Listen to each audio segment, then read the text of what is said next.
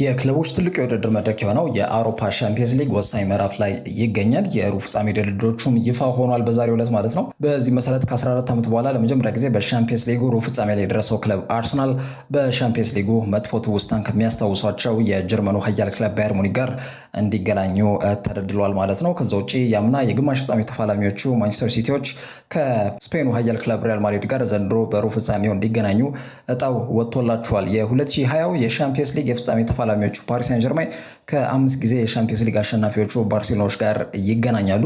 እንዲሁም አትሌቲኮ ማድሪድ ከቦሩሲያ ዶርትመንድ ጋር እንዲገናኙ እጣው ወጥቶላቸዋል። በግማሽ ፍጻሜው ደግሞ የአትሌቲኮ ማድሪድ እና የዶርትመንድ አሸናፊ ቡድን ባለሜዳ ይሆንና ከፓሪስ ሰን ጀርሜን እና ባርሴሎና አሸናፊ ጋር ይገናኛል። እንዲሁም የአርሰናልና የባየር ሙኒክ አሸናፊ ቡድን ባለሜዳ በመሆን ከማንቸስተር ሲቲ እና ሪያል ማድሪድ አሸናፊ ጋር በግማሽ ፍጻሜ የሚገናኙ ይሆናል ማለት ነው። የሩብ ፍጻሜ ጨዋታዎቹ ከ3 ሳምንት በኋላ በፈረንጆቹ ኤፕሪል 9 እና 10 መከናወን የሚጀምር ይሆናል። አጫጭር መረጃዎቻችን ስናቀና ባርሴሎናዎች ሜሰን ግሪንውድ ለማስፈረም 50 ሚሊዮን ፓውንድ ለማቅረብ መወሰናቸው ተዘግቧል። ቀያዮች ሰይጣኖች በተለይ የቀጣይ ፕሮጀክት ወይም ደግሞ ቅዳቸው ውስጥ የሚገኝ የማይመስለው ሜሰን ግሪንውድ የባርሴሎና ዋነኛ ኢላማ ከሆነ ሰንበትበት ያለ ተጫዋች ነው። ማንቸስተር ዩናይትድ ይህንን ተጫዋች ባሳለፍነው ክረምት የዝውውር መስኮት መጠናቂያ ቀናቶች ላይ ወደ ስፔን እንዲያቀና መልካም ፈቃዳቸውን መስጠታቸው ይታወቃል። ተጫዋቹም በውሰት እንግዲህ ፊርማውን ለሄታፌ ማስቀመጡ የሚታወስ ነው።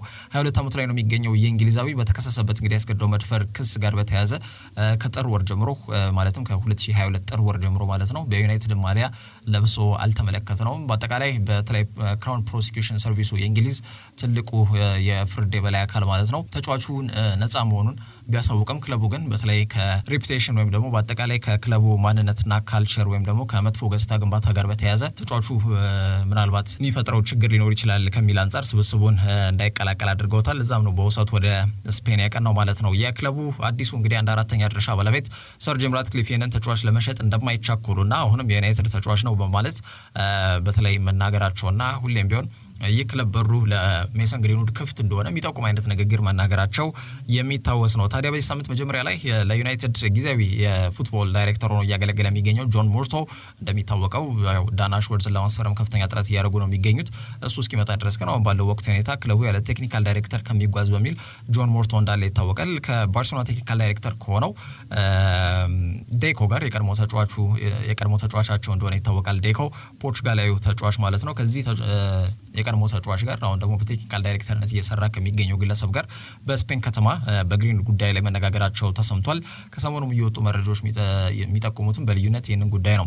ታማኝ ከሆኑና የስፔን ክለቦች ላይ ትኩረት አድርጎ የሚሰራው ሚዲያ ማርካም ሳይቀር ዩናይትድ በተለይ አስኪንግ ፕራይስ ወይም ደግሞ ለዚህ ተጫዋች የሚፈለገውን ገንዘብ ይፋ አድርገዋል ተብሏል። 50 ሚሊዮን ፓውንድ ለዚህ ተጫዋች ከቀረበላቸው ተጫዋቹን እንደሚለቁትም እንግዲህ በፊት ገጹ ይዞት የወጣው መረጃ ያመላክታል ማለት ነው። ተጫዋቹ በዩናይትድ የሚያቆየው ውሉ በቀጣይ ዓመት ላይ ይጠናቀቃል። ግሪንውድ እንግዲህ በስፔን ቆይታው ወዶታል ተብሏል። ሄታፌ ዘንድሮ ብቻ 6 ጎሎችን ሲያስቆጥር 5 ኳሶችን አመቻችቶ ማቀበል ችሏል። በቀጣይ ተጫዋቹ በሻምፒየንስ ሊግ እየተሳተፈ ለሚገኝ ክለብ ለመጫወት ፈቃደኝነቱን ማሳየቱ ደግሞ ይህ ዝውውር የሚከናወንበት እድል እንዳለ ጠቋሚ ነው እየተባለ ይገኛል። ባርሴሎና እንግዲህ ተደራድሮም ቢሆን ይህንን ተጫዋች በክረምቱ ወደ ካምፕ ኑ እንዲያቀና ያደርጉታል የሚለው ጉዳይ እንግዲህ በልዩነት የሚጠበቅ ጉዳይ ነው ማለት ነው። ከዛ ውጭ ኢንተርናሽናል ብሬክ እየተቃረበ ነው የሚገኘው። የብሔራዊ ቡድን የአቋም መፈተሻና የወዳጅነት ጨዋታ እየተቃረበ ይገኛል። በቀጣይ ሳምንት ይከናወናሉ። ያንን ተከትሎ ሀገራት ጥሪ የተደረገላቸውን ተጫዋቾች እያሳወቁ ይገኛሉ። ታዲያ ቤልጅየማዊ ኮከብ የአማካይ መስመር ተጫዋች ኬቪን ዲ ብሩይነ መጠነኛ ጉዳት እንዳለበት አረጋግጫለሁ ብሏል የብሔራዊ ቡድኑ ሕክምና አባላት። ስለዚህ በተለይ ተጫዋቹ ከነ ጉዳቱም ቢሆን በስብስቡ እንዳይቀላቀል አድርገውታል ማለት ነው። ወርቃማ ትውልዷ እንዳመከነች ብዙዎች የሚስማሙበት የቤልጂየም ብሔራዊ ቡድን አሁን በአሰልጣኟ ዶሚኒኮ ቴዴስኮ የተመራች ጥሪ ከተደረገላቸው ተጫዋቾች መካከል አንዱ ኬቪን ዲ ብሩይነ እንደነበር የሚታወቅ ነው። ግን ደግሞ መጠነኛ የብልሽት ጉዳት እንዳለበት ነው የተጠቆመው። ታዲያ አሰልጣኙ ተጫዋቹን የፊታችን ሰኔ ወር ላይ በሚከናወነው የአውሮፓ ዋንጫ ላይ በጥሩ አቋምና በጥሩ ጤንነት ላይ እንዲገኝላቸው ይፈልጋሉ። ያንን ተከትሎ ተጫዋቹን ወደ ስብስቡ ተቻክሎ እንዳይመጣና በአጠቃላይ ጤናውን እንዲያስቀደም ሲሉ ከስብስቡ ውጭ አድርገው ፔፕ ጋርዲዮላ ላይ ግን ጥያቄ እንዲነሳ ምክንያት ሆኗል። የማንቸስተር ሲቲ የሕክምና አባል ተጫዋቹ ከነ ጉዳቱ እንዲሰለፍ ሲያደርጉት ነበር ማለት ነው ወይ የሚል ጥያቄ እንዲነሳ ምክንያት ሆኗልና የኬዲቢ ጉዳይ ከብሔራዊ ቡድን ጋር ግን ማለትም ከቀያዮቹ ሰይጣኖች እየተባሉ እንደሚጠሩ ይታወቃል። የቤልጅየም ብሔራዊ ቡድን ማለት ነው ስብስባቸውን ተቻኩሎ እንዳይቀላቀል ያደረጉበት ሂደት አለ። ስለዚህ ከስብስቡ ውጭ ሆኗል ማለት ነው ኬቪን ዲ ብሩይነ። ከዚሁ ከብሔራዊ ቡድኖች ጥሪ ጋር በተያያዘ የሶስቱ አናብስቶች የእንግሊዝ ብሔራዊ ቡድን አሰልጣኝ የሆነው ጋሬት ሳውዝጌትም በትላንትናው ዕለት ከቤልጅየም እና ከብራዚል ጋር ለሚኖሩበት ሁለት የአቋም መለኪያ ጨዋታዎች ጥሪ ያደረገላቸውን ተጫዋቾች ይፋ አድርጓል። ሰኔ ወር ላይ ከሚከናወነው የአውሮፓ ዋንጫ በፊት የሚደረግ የመጨረሻ የሀገራት የወዳጅነት ጨዋታ መሆኑን ተከትሎ አሰልጣኙ የሚያደርገውና የሚመርጠው የመጨረሻ ስብስብ ነውና ሁሌም ውዝግብ ያጣውም የሳውዝጌት ምርጫ አሁንም ቢሆን የመረጣቸው ተጫዋቾች ላይ ጥያቄ ተነስቷል። ለምሳሌ ፉካዮ ቶሞሪ ላይ ግልጽ በጣም የግል ችግር ወይም የግል ጸብ ያለበት ነው የሚመስለው። በተለይ ተጫዋቹን በተደጋጋሚ ከመምረጥ እየተቆጠበ ነው የሚገኘው አሰልጣኝ ሳውዝጌት። ብዙዎችም የተቃወሙት ጉዳይ ስለሆነ ነው። እንደሚታወቀው ተጫዋቹ በአውሮፓ 5 ታላላቅ ሊጎች ከሚባሉት ሊጎች መካከል የጣሊያን ሴሪያ አንዱ ነውና እዛ ውስጥ እየተጫወተ ነው የሚገኘው። ለቡድኑ ኤሲ ሚላን በሴሪያው ሁለተኛ ደረጃ ላይ ተቀምጦም ይገኛል። ዩሮፓ ሊግ ላይ በተለይ አድቫንስ ያደረገ እስከ ሩብ ፍጻሜ ድረስ ትናንትና ምሽት ሩብ ፍጻሜ መቀላቀሉን ያረጋገጠ ክለብ ነውና የተጫዋቹ እንቅስቃሴ በየቀኑ የሚታይ ጉዳይ ይመስለኛል። የተጫዋቹ ሚና ከፍተኛ ነው ለክለቡ። ይህ በእንዲህ እንዳለ ግን አሰልጣኝ ጋሬት ሳውዝጌት እንግዲህ በቂ አይደለም ብሎ ነው መሰለኝ የሚያምነው። ተጫዋቹን አልመረጠውም፣ ጥሪ አልተደረገለትም፣ አልተካተተም። ሌላው ተጫዋች ኮቢ ሜኑ ነው። ይህም ተጫዋች የወሩ ምርጥ ጎል ወልቭስ ላይ ያስቆጠረ ተጫዋች ነው። በዚህ እድሜው በጣም ጥሩ እንቅስቃሴን በማንቸስተር ዩናይትድ ቤት ሲያስመለክተንም የነበረ ተጫዋች እንደሆነ ይታወቃል። ይህም ወጣት ተጫዋች በተለይ ከሚያደርገው እንቅስቃሴ አንጻር በብሔራዊ ቡድን ጥሪ ይደረግለታል ተብሎ ተገምቶ ነበር።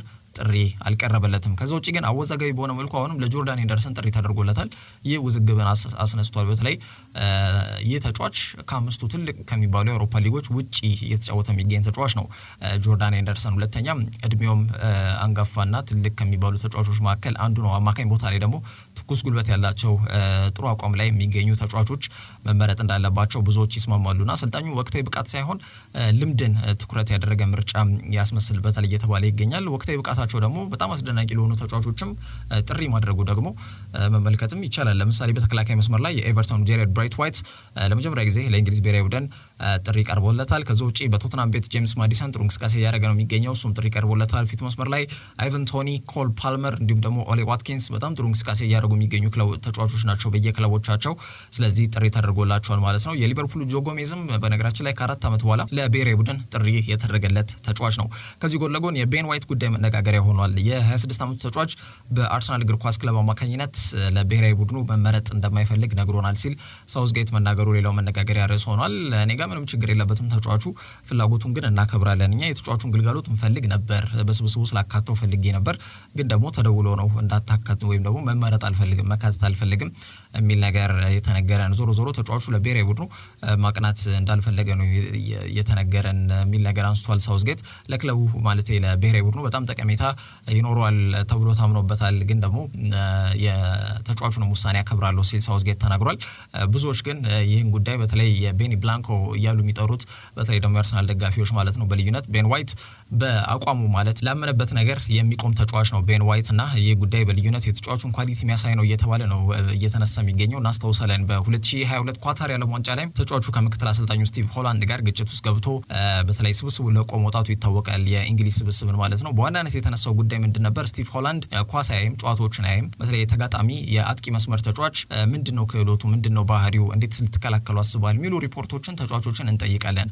እሱን ስንጠይቀው እኔ እግር ኳስ አላይም ምናልባት ካየውም የራሴን አጫወት ነው በተለይ ራሴን ለማሻሻል ለማዳበር ነው ማየው እንጂ የሌሎችን ተጫዋቾች ሳጠና ልገኝም አይነት ነገር የሚል መልስ ነበር የሰጠውና ሙሉ የእንግሊዝ ስብስብ ፊት ግጭት ውስጥ ገብተው ነበር ሁለቱ ግለሰቦች ስቲቭ ሆላንድ እና ቤን ዋይት ማለት ነው።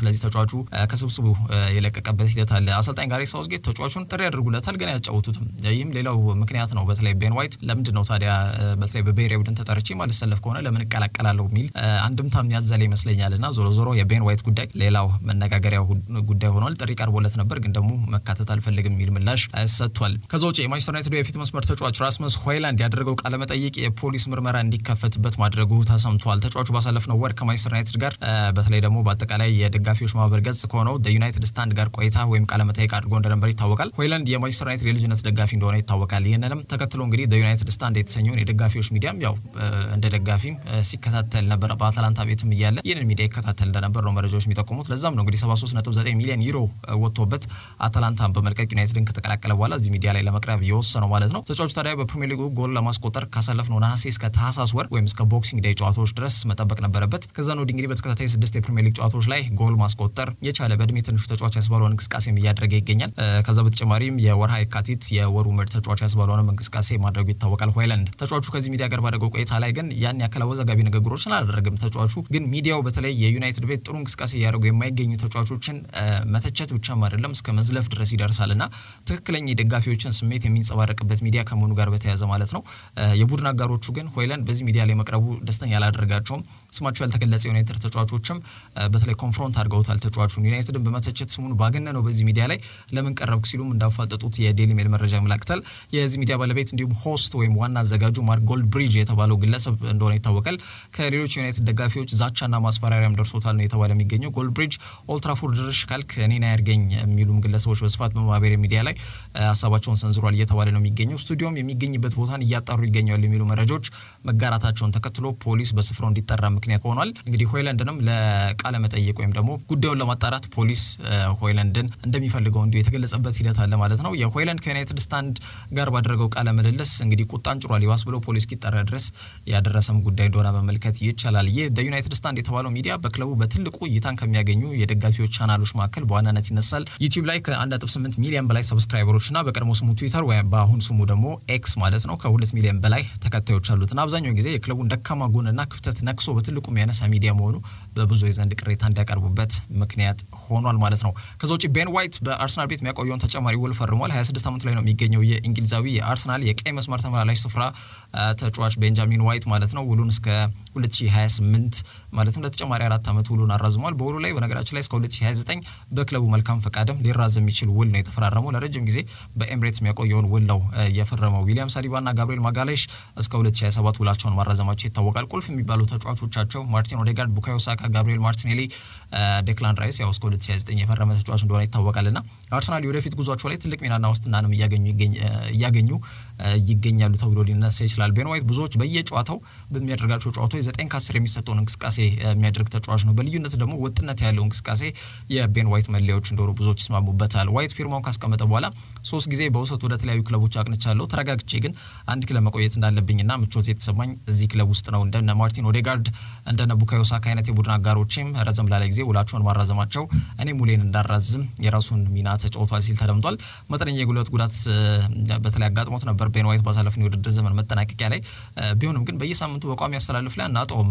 ሁሌም ቢሆን አርሰናል የሚያደርጋቸው ጨዋታዎች ላይ በየሳምንቱ ቤን ዋይት አለና ክለቡ በማህበራዊ ትስስር ገጹ ላይም የተጫዋቹን ውል ማደሳቸውን ይፋ ሳያደርጉ የቡድን አጋሮቹን ሀሳብም እንዲሁ እንዲያጋሩ እድል ሰጥቷቸው ነበርና በጣም ደስተኛ መሆናቸውና ዋይት የማይስቅ ይመስላል። በጣም ሳቂታ ነው። እግር ኳስን በግልጽ እንደማያይ ያው ይታወቃልና በጣም ግዴለሽ ይመስላል ለሌሎች። ግን ደግሞ ሜዳ ላይ በጣም በተለይ ደግሞ ውጤት ለማግኘት ከፍተኛ ጥረት የሚጋደለው ቁጥር አንዱ ተጫዋች ቤን ዋይት ነው። ለቡድን አጋሮቹና በአጠቃላይ ቡድኑ እንዲያሸንፍ ከሱ በላይ የሚታትር የለም ሲሉ መስክረውለታል። እንግዲህ አሰልጣኝ ሚኬል አርቴታ መሪነትን በተግባርና በምሳሌ የሚያሳይ ሙያውን አክባሪና ቀና አስተሳሰብ ያለው ተጫዋች ነው። ውሉን ስላደሰ እጅግ ደስተኞች ነን ሲልም እንዲሁ ተደምጧል። ያው ነጻነት የሚፈልግ ተጫዋች እንደሆነ በግልጽ መመልከት ይቻላል። ቀደም ሲል እንዳነሳሁት ነው። በተለይ ጨዋታዎችን አይመለከትም፣ ጊዜ ለማሳለፍ እግር ኳስና ላይ የሚል ነገር ነው የሚያነሳው። ቤን ዋይት የእግር ኳስ ጉዞ ላይም በተለይ ከወላጆቹ ጋርም እግር ኳስን በመውደዱ ምክንያት ከአባቱ ጋር ግጭት ውስጥ መግባቱ በስፋት ይነገራልና በተለይ እግር ኳስን መሰረት አድርጎ ወይም ደግሞ ቤተሰቦቹም እግር ኳስ እንደማይወዱ ነው የሚናገረው ቤን ዋይት ማለት። እሱም ያን ያክል ማየት አይወድም፣ ግን ደግሞ የራሴን ጨዋታዎች እመለከታለሁ ወይም አርሰናል በፊት ያደረጋቸውን ጨዋታዎች እኔ የተሳተፍኩበት ከሆነ አድርጋለሁ፣ ምን ጉዳዮች ላይ ማሻሻል አለብኝ የሚለውን ነገር ለመመልከት ካልሆነ በስተቀር እግር ኳስ ጊዜ ለማሳለፍ ያድርጌም አይቼም አላቅም። እኔ እንጃ ብዙም ምቾትም አይሰጠኝም ኳስን ቁጭ ብሎ መመልከት የሚል ነገር ማንሳቱ በግልዩነት ይታወቃል ከቤን ዋይት ጋር በተያያዘ ማለት ነው። ሚኬል አርቴታ ግን ብዙም ይሄ ነገር አይሞቀውም፣ አይበርደውም፣ ብዙም ተጫዋቹን አያስጨንቀውም። ወጥነት ባለው መልኩም ጥሩ ግልጋሎት እየሰጠው ይገኛል። ከዛ ውጭ የፈረንሳዩ ኃያል ክለብ ፓሪስ ሰን ጀርሜን ማርከስ ራሽፈርድና ሉዊስ ዲያዝን በአማራጭነት በመያዝ ሁለቱን ተጫዋቾች ለማስፈረም ከፍተኛ ጥረት እንደሚያደርጉ ዴይሊ ስታር ይዞት የወጣው መረጃ ያመለክታል። ህይወትን ከኪሊያን ምባፔ በኋላ የመቀጠል ግዴታ ውስጥ የገቡት ፒኤስጂዎች የእሱን ተተኪ ፍለጋ ከወዲሁ የተለያዩ አማራጮችን እያማተሩ ነው የሚገኙት። የ26 ዓመቱ እንግሊዛዊ የፊት መስመር ተጫዋች ራሽፎርድን ለማስፈረም እንኳን ከፍተኛ ጥረት ሲያደርጉ መቆየታቸው ይታወቃል። ያለፉትን 3-4 ዓመት ተጫዋቹን የተከታተሉት ነው የሚገኙት። በተለይ ደግሞ የክለቡ ቴክኒካል ዳይሬክተር ሉዊስ ካምፖስ የተጫዋቹ አድናቂ በሆናቸው በተደጋጋሚ መግለጻቸው ይታወቃል። ከ2 ዓመት በፊትም በተለይ ደግሞ ወደ ፈረንሳይ ዋና ከተማ መዞር በሚችልበት ሂደት ላይ መነጋገራቸው የሚታወቅ ነው። በጊዜው በተለይ በክለቡ የነበረው የበጀት ውስንነት ተጫዋቹ ወደ ሌላ ክለብ እንዳያቀና እንቅፋትም እንደነበር የሚታወስ ነው። አሁን ግን ምባፔ ክለቡን ሲለቅ ክለቡ ጥሩና አስተማማኝ በጀት እንዲኖራቸው ያስችላቸዋል። በተለይ አመታዊ 72 ሚሊዮን ፓውንድ አያወጡም አሁን ባለው ወቅት ሁኔታ። ስለዚህ ያንን በተጫዋቾች ዝውውር ላይ እንዲያውሉት ያስችላቸዋል። ስለዚህ በተለይ በቀዳሚነት ራሽፎርድ በክረምቱን ለማስፈረም የሚችሉበት ሂደትን በመንደፍ እንደሚንቀሳቀሱ ነው የተገለጸ የሚገኘው። ራሽፎርድ አምና በዩናይትድ ቤት የሚያቆየውን አዲስ ውል እንደፈረመ ይታወቃል። እስከ 2028 የሚያቆየውን ውል ማለት ነው። ስለዚህ ፒኤስጂዎች ጫን ብለው ተጫዋቹን ለማስፈረም ከወሰኑ መጠነኛ የክለብ የባለቤትነት ድርሻ ያላቸው የሰር ጂም ራትክሊፍ ውሳኔም የጎላ ሚና ይጫወታል ተብሎ ይገመታል። ታዲያውን ከክረምቱ የዝውውር መስኮት የተጫዋቹ በተለይ ወደ 80 ሚሊዮን ፓውንድ ወጪ በማድረግ ሳምንታዊ 500,000 ፓውንድ ለመክፈል ከውሳኔ ላይ የደረሱበትን ፕሮፖዛል በክረምቱ ለዩናይትድና ለተጫዋቹ ወኪል ያቀርባሉ ተብሎ ነው የሚገመተው የፈረንሳዩ ኃያል ክለብ ፓሪስ ሴን ጀርሜን። ከሱ ውጪ ኮሎምቢያው ሉዊስ ዲያዝ ስሙ ከፒኤስጂ ጋር እንዲሁ የተያዘው ሌላው ተጫዋች ነው።